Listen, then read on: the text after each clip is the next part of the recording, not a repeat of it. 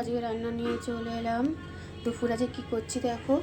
এই যে ভাত হয়ে গেছে, আর এখানে এই যে কড়াতে তেল বসিয়েছি।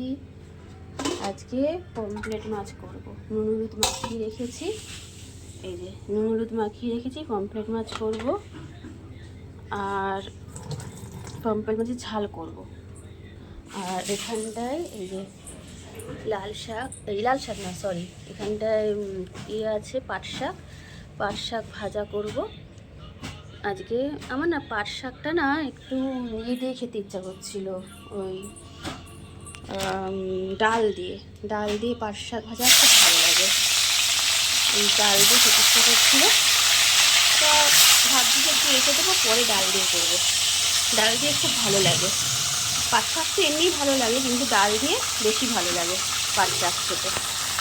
তো যাই হোক, এবার কালকে দেখো কী করেছিলাম রাত্রে। এই যে কী হতো, সিমুই করেছিলাম। সিমুইটা একটু টাইট হয়ে গেছিলো কালকে। আজকে আবার দুধ গরম করে আবার মিষ্টি টিষ্টি দিয়ে আবার করেছি। ঠিক আছে বন্ধুরা, এখন তাহলে রাখছি। এখন পরে আবার অন্য কোনো ভিডিও নিয়ে আসবো।